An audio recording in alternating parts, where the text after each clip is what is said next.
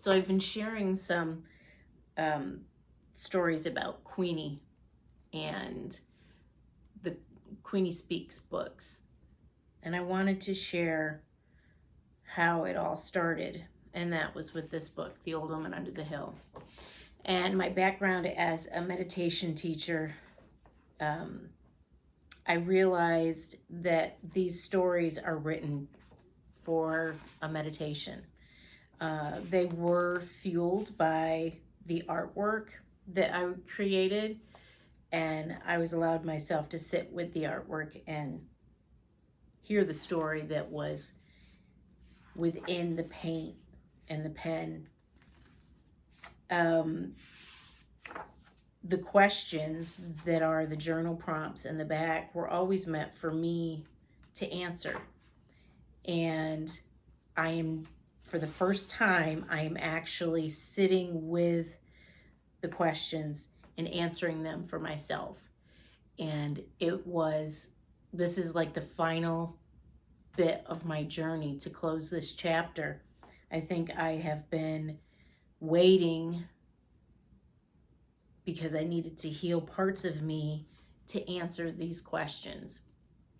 And that's what this book was all about, was doing the healing, looking at myself and what I needed to heal so that I could move on. And I'm hoping that by sharing my story, that it will help others to embrace their intuitive self, to look for the answers within. I can't tell you the right way, but I can show you the way I did it, and hopefully that sparks something and guides you in your own finding. So I will read the story, and if you want, you can close your eyes and relax, get comfortable, and then I'll read the journal prompts. You can pause it then if you want and have time to actually write your answers before you hear what mine are. Or you can listen to what my answers are and see if that sparks anything in you that you want to maybe look into and develop, explore. So let's start. Before you embark on this journey, set aside all worldly ideas. Bring your mind to a place of happiness and joy, the state of being. You are about to embark on a journey that is not of this time or dimension. It is a place of true peace and love, a place where there is no fear, only acceptance. You're free to be you and leave all the worries of your life behind. You're stepping back to a time when you were pure innocence and full of childlike wonder. Your only concern is what is between the pages of this book. It is here that the true self resides. Come for a short time or for a bit longer. You decide. You find yourself going for a stroll in a forest. This is where our story begins. A truly magical place exists, a place where you can easily believe that anything is possible. It is as if Mother Nature made this place especially for her. The trees are so massive, so tall that they almost tip you over when you look up to the tops. The ancient trees are so strong and full of wisdom you can feel their knowledge just by standing beneath them. There is a quiet hushness that you feel as you continue walking along the natural path that all the creatures of the forest follow. All sounds seem to soften, but this only amplifies how it is felt.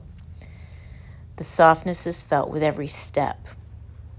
Walking on the most plush and luxurious carpet that the pine needles weave together.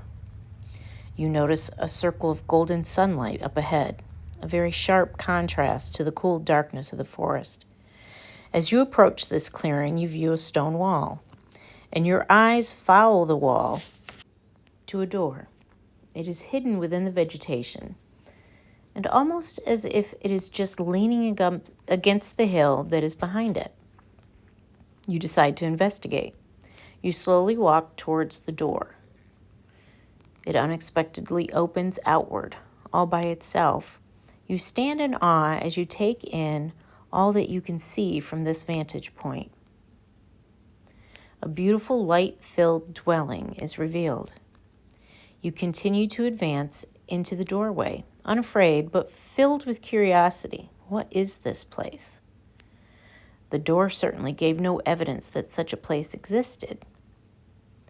It's a cozy little cottage with beautiful and comfy furnishings. A small, delicate, elderly woman sits in front of a large stone fireplace. She sits in a well-worn rocking chair, sipping a cup of tea from a delicate cup and saucer. She turns and smiles, her eyes laughing as if she'd been expecting you. She quips, "Well, it's about time. I was waiting for you." You're taken aback. You're not sure where you are. And you certainly had no pre-planned intention to come visit the old crone. You were just going for a stroll in the woods. Your attention comes back to the little woman. As she bustles around, getting a place ready for you to sit, she fluffs the pillows in the large overstuffed chair that sits directly across from her. A little brightly colored table covered in delicate lace sits to the right. A brown Betty teapot, snug and cozy, is full and ready to be poured. Next to the teapot sits a pretty blue willow cup and saucer that is reminiscent of something Beatrice Potter would drink from. She pours you a cup of tea, and your feet, having a mind of their own, or by some kind of magic, move toward the chair. You settle into the chair, noticing instantly how soft and comfy it is. You can easily imagine that this chair has been lovingly sat in, and the participant enjoyed many conversations, laughs, and quite possibly an occasional nap. You're distracted by movement and a meow at your feet. Circling your legs is a small gray and white striped cat. The woman follows your gaze and says, "That's Bitsy. She loves anyone that sits in that chair. You could say that chair and her are like your cup and saucer there." She nods toward the cup of tea she's poured. She continues, "The chair is the saucer and she's the cup that sits on top. If you're caught in between them, it's a good thing for everyone involved." She laughs as if, right on cue, Bitsy jumps up on your lap. She immediately starts to purr and softly kneads your legs, settling gently. You find your hand unconsciously beginning to pet her. Another look around, and you survey the small underground cottage. It is filled with fresh flowers, filled in vases and doilies, topping most surfaces. Herbs of every kind are tied in bundles and hung from the rafters overhead. The place is surprisingly clean for a house built out of dirt. The statement itself is just a little absurd. Looking at the image of the old woman in front of you, the thought crosses your mind. That's not the only thing a little out of the ordinary. You finally relax slightly into your chair and you start to sip the tea. It's warm and comforting, just like everything else that has happened since you stepped through the door into the hill. She asks, "Is the tea good?" You nod, confused as to what is happening. Can she read your thoughts? Does she have the gift of telepathy? The woman begins to answer some of the random questions that pop into your head. She starts by answering the question of who she is. "I'm Crystal. You may not remember me yet, but you will." Even more questions flood into your mind, but at least you know her name. She continues, "You were brought to me by your higher self. I am to be one of your guides to help you remember who you truly are. You, my dear, are a piece of the Creator. The divine spark resides in your soul. Over many lifetimes, you have accumulated karma and forgotten who you are. It is only when you remember who you truly are that you will begin to live." She pauses and studies you again. "Does this sound like something you want to do?" She continues, "You'll always have a choice. You can stop whenever you want. I promise to always have your best interest at heart. You may not understand everything all at once. Many times you will not understand the lesson until you've experienced it over and over. But it's always for your highest good. We'll take it at your pace." She looks intently into your eyes. You're ready. I can see that. Leaning forward, she places her hands on top of yours that has come to rest on the lap ornament that is her cat. She continues, I'll be with you the entire time. I've got nowhere to be but right here, right now. There's a silence as you're still trying to process all that has happened in a very short time. She breaks the quiet by clapping her hands together. What you say we get started, okay? Okay. You must have a look of confusion and still haven't spoken a word upon stepping foot into this little dwelling. She again looks intensely. You did say okay, didn't you? You realize you're intrigued by this quirky little lady, and again, you never spoke. However, she continues and answers a previous question that you had wondered. Yes, you're right. I can read your mind. Well, actually, I read your heart. And when the two are connected like yours, I feel what you're thinking. We'll get to that in due time. She reaches over, takes the cup and saucer you have drank from, stacks hers on top. She carries them to the large metal trough that one would guess is her kitchen sink. You think maybe it's her bathtub, too, gauging by the size of her and the size of the trough. You conclude, definitely. Crystal turns from the sink and smiles again. Well, that's all you can handle for one day. I'll let you digest all that we've shared.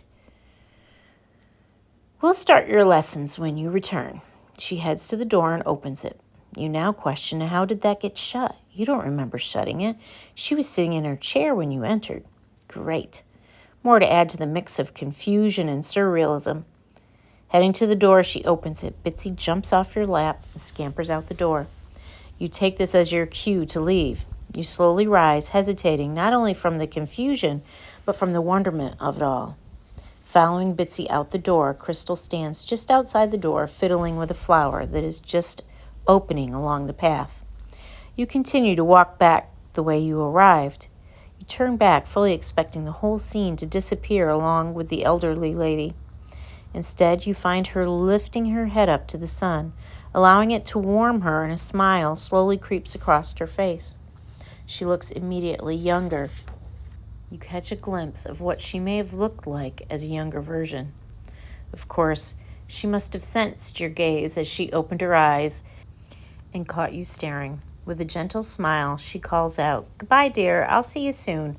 Returning her face back to the sun, she continues to bask in its warmth. Without shifting her gaze, she adds, Find joy in life's smallest moments, for they hold the greatest lessons. Her laughter fills the air once more. I suppose we've already begun our lessons. Reflect on those words until we meet again. You'll find they grow in meaning with each pondering. Here are the journal prompts. Reflect on how you can begin to notice and appreciate the small, often overlooked moments in your life. How do they carry greater meaning or lessons when you take the time to truly experience them? Crystal mentions the importance of the heart and mind being in alignment. How do you currently balance your emotions and thoughts? What steps can you take to create more harmony between the two? Crystal transforms under the sunlight. This symbolizes personal growth. In what areas of your life do you feel ready for change or renewal? What actions can you take to embrace this transformation and step into a new chapter? You can pause the video now and answer your journal prompts, or you can continue and I will give you my insight. So I'm going to read my answers now.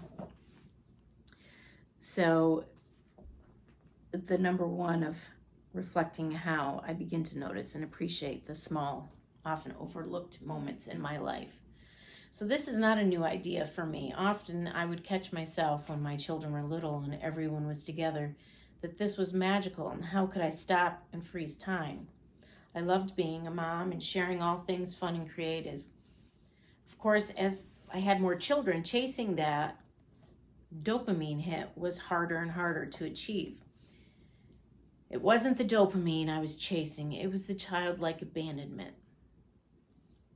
That was not achieved with more children. Well, at least not for this Virgo that wanted everyone to be safe and have the perfect childhood.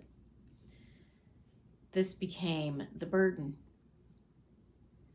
The work of trying to maintain perfection. I know now the kids didn't want perfection.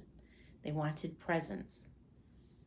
The time spent with them is what they remember, and it was all I really wanted to do. How confused I was trying to be the perfect mom. There's way more I could go into on that, but that's a good start. The second one, Crystal mentions the importance of the heart and mind being aligned. So I find this question interesting. As I wrote the question, and at the time I thought I had the answer, the reality is that the answer is constantly changing, as I do. When I was a young mom, that meant carving out time for a cup of tea and quiet time as the little ones napped. Then yoga classes that I taught helped me along my way. Then meditation became more important. While running was always a constant thing, I did to escape the roles and spend time by myself. Now I find it in writing and journaling with art. The creative process has always been a place I tap into to lose my sense of awareness and enter that place of flow. That is also achieved with all these other activities to allow the higher consciousness in. It's where I'm present, and the past and the future disappear. And I could go on and on with that one, as I'm sure most people can. There are so many things that idea of being in flow brings to the surface, and trying to create time for more of that creative flow. The third one, Crystal's transformation under the sunlight, symbolizes personal growth. In what areas of your life do you feel ready for change or renewal? So I'm starting to realize that I truly want to leave a legacy. And with my birthday fast approaching, I'll be turning 57. It's asking, what do I want to leave behind? And I used to preach to my kids, leave it better than you found it. And it echoes in my mind, and I have certainly tried to do that. I own my mistakes. Granted, I inflicted harm that I didn't realize at the time, and the patterns I repeated because they were the only way I knew how to do it. I did, however, break through some of these and said, this will end with me. I'm sure my kids will carry the stories forward. My legacy is more than the bark soup that I made once and forced them to eat. It's when they're older, they will remember the other things I did that helped form them into the grown adults they are now. That was the past. I'm more than my children. I'm learning that now as I continue to write. And I hope that this will spark you to start to write and to share your history, your story. It's not history, it's her story. Her story. So we're well on our way to starting the final leg of my journey with the old woman under the hill. So if you found this enriching, you got anything out of it, I'd ask that you subscribe and you join me as I continue my journey through my book and we answer the questions and learn something about yourself. I know I will, and I hope that you'll come along, and I'd love to hear any of your suggestions, comments, your own story. If you want to share those in the comments, I do have a community page to be able to communicate amongst ourselves. And I hope that you'll utilize that because I'll be checking it to see if there's other people out there that want to share their story and try to heal. So until next time, bye. Granny loves you.